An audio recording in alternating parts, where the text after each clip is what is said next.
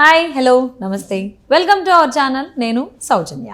దిల్ రాజు ప్రముఖ నిర్మాత, ఆయన ఒక జర్నలిస్ట్ని సీరియస్ అయ్యారనేటువంటి వీడియో ఇప్పుడు సోషల్ మీడియాలో వైరల్ అవుతుంది. అంత కోప్పడాల్సిన అవసరం ఏమొచ్చింది దిల్ రాజుకి? ఇందుకీ ఆ విలేకరి ఏం చేశాడు, ఏం రాశాడు, ఈ అంశానికి సంబంధించి మనతో మాట్లాడడానికి ఈరోజు మనతో పాటు ఉన్నారు ఫిల్మ్ క్రిటిక్ విజ్ఞాన్ దాసరి ఉన్నారు. వారితో మాట్లాడతాం. హాయ్ విజ్ఞాన్ గారు. జనరల్లీ ఇప్పుడు వరకు కూడా ఎప్పుడు దిల్ రాజుని అంత సీరియస్గా చూడలేదు. ఆ వీడియోలో చూస్తే తనకు చాలా కోపం వచ్చినట్టుగా తెలుస్తోంది. అంటే దిల్ రాజు కోపం వచ్చేలాగా ఆ జర్నలిస్ట్ ఏం చేశాడు, ఆ విలేకరి ఏం రాశాడు అని వార్నింగ్ ఇస్తున్నారు ఆయన. ఇలా రాస్తే ఊరుకోను అనేసి అని. ఏం జరిగింది అసలు? ఉన్నమాట అంటే ఉలుకెక్కువ అనేది ఉంది కదా. అవును, సేమ్ ఇప్పుడు అట్లాగే కనబడుతుంది. ఇట్లా రాస్తే ఊరుకోను, అట్లా రాస్తే ఊరుకోను అంటే ఆయన ఎందుకు రాస్తాడు? నీ దగ్గరకు వచ్చి నువ్వు ఏ సోర్స్ లేకుండా అయితే ఏ జర్నలిస్ట్ రాయడు కదా. జర్నలిస్ట్ అంటే ఇంట్లో కూర్చొని అయితే కథలలో కొని రాయడు. హీఈస్ నాట్ ఎ రైటర్, అంతేనా కదా. తను ఒక దగ్గరికి వెళ్ళి ఒక సోర్స్ వల్లే రాస్తాడు తనకు. అండ్ వీళ్ళు మాట్లాడే దాన్ని బట్టి నాకు దిల్ రాజు గారు ఒక దగ్గర బాగా నచ్చాడు. ఎక్కడో చెప్పనా, నిజంగా చెప్పాలంటే promise I love him in the ఒక్క పర్టికులర్ సిచ్యువేషన్. శాకుంతలం అప్పుడు విడుదలకు ముందు ప్రమోషనల్ అది పెట్టారు, మైకులు వచ్చాయి. ఓ పక్క గుణశేఖర్, ఇంకో పక్క దిల్ రాజు గారు, మధ్యలో సమంతని వీళ్ళందరూ చాలా నిజంగానే ఇబ్బంది పెడుతున్నారు. ప్రామిస్, ఈ విషయం ఐ యాక్సెప్ట్. అంటే ఇది మొగుడిని వదిలేసి విరహవేదన అనుభవించే అమ్మాయి క్యారెక్టర్ కదా, ఇది మీరు చేశారు కదా, మీకు ఎలాంటి ఫీలింగ్లు వచ్చాయి? మీకు రీసెంట్లీ ఇట్లాంటి సిచ్యువేషన్ లేదు, అంత పర్సనల్ అటాకింగ్ అనమాట, ఓ మూకుమ్మడి దాడి. అట్లాంటి టైంలో అయినా Samantha she ready to face. నేను చెప్తా సమాధానం మీకన్నా కూడా దిల్ రాజు గారు వాళ్ళు బాబు మీరు కూర్చోండి అని వాళ్ళందరినీ సద్దుమణిగించేలాగా, అంటే సమంతని ఇబ్బంది పెట్టకుండా వాళ్ళ దాడిని ఎదుర్కొనేలాగా ఒక కవచంలా నిలబడ్డాడు. నిజంగా అక్కడ నచ్చింది నాకు. సో ఇప్పుడు ఈ సిచ్యువేషన్లో దిల్ రాజు గారు ఉన్నారు. ఇప్పుడు ఆయన ప్రొటెక్ట్ చేసుకోవాలి. అసలు విషయానికి వస్తే నాకు నచ్చింది ఎక్కడ అంటే, last year Tamil versus Telugu గొడవ పెట్టాడు అంటే సామాజిక మాధ్యమాల్లో ఉన్నటువంటి న్యూస్ని బట్టే నేను చెప్తున్నా సోర్స్. అంటే ఈయన ఏమన్నాడంటే, స్టార్టింగ్ వారసుడు అనేది స్ట్రైట్ తెలుగు సినిమా అన్నారనమాట. స్ట్రైట్ తెలుగు సినిమా బైలింగ్వల్, ఇటు తెలుగులో ఎలా తీసినాం బట్ తమిళ్లో కూడా అలాగే తీసినాం. అంటే అక్కడ రూల్ ఏం పాస్ చేశారంటే, స్ట్రైట్ తెలుగు సినిమాలకి ఎక్కువ ప్రిఫరెన్స్ ఇచ్చి డబ్బింగ్ సినిమాలకి నెక్స్ట్ ప్రిఫరెన్స్ ఇవ్వాలి అని.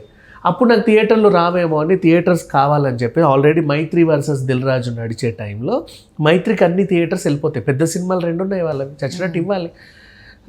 ఈయనకేమో డబ్బింగ్ సినిమాతో వచ్చాడని ఉంది. స్ట్రైట్ సినిమా అని చెప్పుకునే టైంలో ఒకానొక సందర్భంలో ఆ డైరెక్టర్ని అడిగితే, అబ్బే ఇది తమిళ సినిమానే అండి, తెలుగులో కూడా అలా వేస్తున్నామో ప్రింట్ అని చెప్పాడు. అప్పుడు తగ్గాల్సి వచ్చింది. అయినా సరే ఆ పంతాన్ని నెరవేర్చుకోవడానికి థియేటర్ల మీద గట్టిగా కూర్చొని వారసుడి మీద ఆ తెగింపును కొనేసి, కళ్యాణం కమనీయంని కొనేసి, అంటే ఎవరి మీద పగ సాధింపు అనుకోవాలి. సింగిల్ స్క్రీన్ థియేటర్లన్నీ ఓన్ చేసేసుకొని ఒక రకమైన ఇబ్బంది అయితే క్రియేట్ చేశాడు. అంటే ఇబ్బంది క్రియేట్ చేయడం ఇన్ సెన్స్, ఆ రూల్ ప్రకారంగా రూల్ని అయితే బ్రేక్ చేశాడు. అంటే ఇతని వైజ్గా అది ఇబ్బంది అని మనం అనం, ఎందుకంటే ఎవరి బిజినెస్ వాళ్ళది, వాళ్ళకి థియేటర్స్ కావాలని వాళ్ళకు ఈయనకు కూడా ఉంటుంది. కానీ ఒక రూల్ పెట్టుకున్నారు వీళ్ళు, స్ట్రైట్ తెలుగు సినిమాలకి ఎక్కువ ప్రిఫరెన్స్, డబ్బింగ్ వాటికి తక్కువ ప్రిఫరెన్స్ అని. కానీ ఆ రూల్ని బ్రేక్ చేసి డబ్బింగ్ థియేటర్ సినిమాలను కూడా భారీ ఎత్తున రిలీజ్ చేసుకున్నాడు. నిజంగా రూల్ అయితే బ్రేక్ చేశాడు.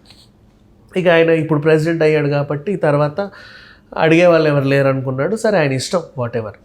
ఇప్పుడు ఇక అందరికీ ఎమోషనల్గా టచ్ అయింది ఏంటి, హనుమాన్ విషయంలో. హనుమాన్ అనే సినిమా వచ్చినప్పుడు ఈయన గుంటూరు కారం దగ్గర నిలబడ్డాడు. హనుమాన్ ఏం చేసింది, మైత్రి టేక్ కేర్ చేసింది.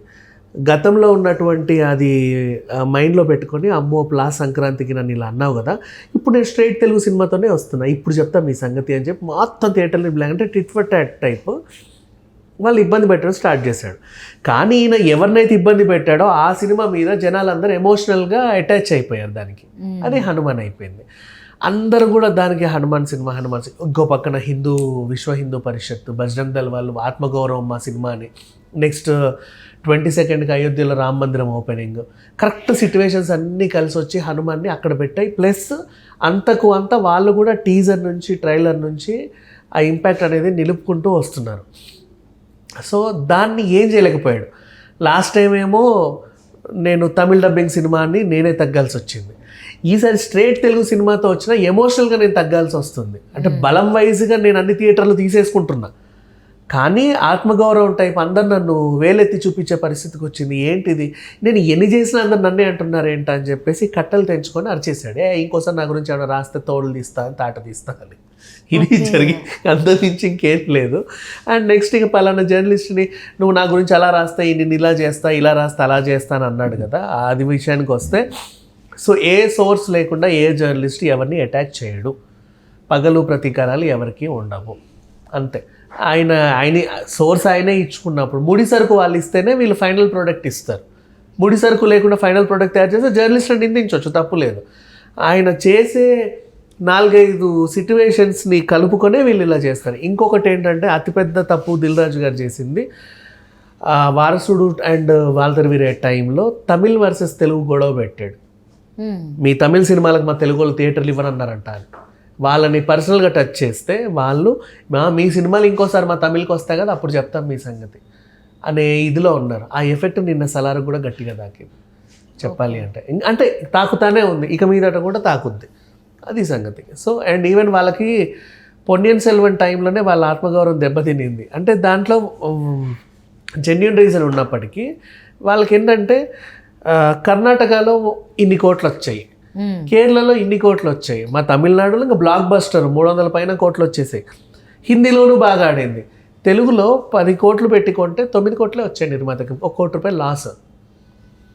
తెలుగు వాళ్ళు కావాలనే మా సినిమాని తొక్కేశారు అని చెప్పి ఒక ఫీలింగ్ పెట్టారు. అంటే మరీ తమిళ్లో 300 కోట్లు వస్తే తెలుగులో కనీసం 100 కోట్లు అన్న రావా, 50 కోట్లు అన్న రావా, 1 ఇయర్ లాస్ ఎట్లా అవుతుంది అనేది వాళ్ళ క్యాలిక్యులేషన్.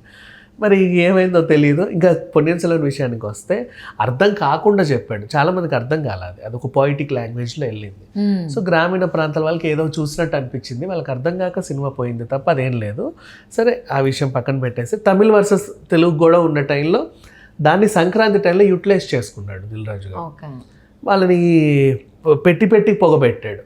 సో ఇన్ని అయ్యేయి, ఆల్మోస్ట్ అన్నీ మర్చిపోయాం, మళ్ళీ సంక్రాంతి వచ్చిందనే టైంలో ప్రతి సంక్రాంతికి ఎలాగో దిల్ రాజు వస్తాడో ఈసారి కూడా అలాగే తయారై వచ్చాడు, బాగానే దూకొని వచ్చి కూర్చున్నాడు, అంత బాగానే ఉంది. ఇప్పుడు మైత్రి మూవీస్ ఉండు నీ సంగతి చెప్తా అని చెప్పి హనుమాన్ని కొన్నారు. అట్లాంటి టైంలో అయినా Samantha she ready to face. నేను చెప్తా సమాధానం మీకన్నా కూడా దిల్ రాజు గారు వాళ్ళు బాబు మీరు కూర్చోండి అని వాళ్ళ దాడిని ఎదుర్కొనేలాగా ఒక కవచంలా నిలబడ్డాడు. హనుమాన్కి మళ్ళీ చిరంజీవి గారి సపోర్టు, ఇంకా అందరి మద్దతు ఇవన్నీ ఉండేసరికి ఆయన వల్ల అవ్వట్లా. ఇంకా నేను ఎన్ని చేసినా నాకు ఎవరు సపోర్ట్ చేయట్లేదు ఏంటరా బాబు అనేసి తల నెత్తినోరు బాదుకుంటున్నారు. ఇది సంగతి జరిగింది. ఆల్రెడీ ఆయన సినిమా బాబు సంక్రాంతికి స్ట్రైట్ ఫార్వర్డ్ ఉండి కూడా తెలుగుకి రావట్లేదని ఉంది. కరెక్టే మా ఉన్నప్పుడు ఇప్పుడు 4 పెద్ద సినిమాలు ఉన్నప్పుడు అప్పటికి పాపం రవితేజ గారు ఈగిల్ సినిమాని వాయిదా వేసుకున్నా కూడా పంచుకోవాలి కదా, అన్నీ నాకే కావాలంటే ఎలా. అవును, లాస్ట్ ఇయర్ ఏదైతే స్ట్రగుల్ అయ్యారో మళ్ళీ ఇప్పుడు కూడా అదే అవుతుంది. హోప్ సో పాప ఆయన కూల్ అవుతాడు అనుకుందాం. Thank you so much for spending your valuable time.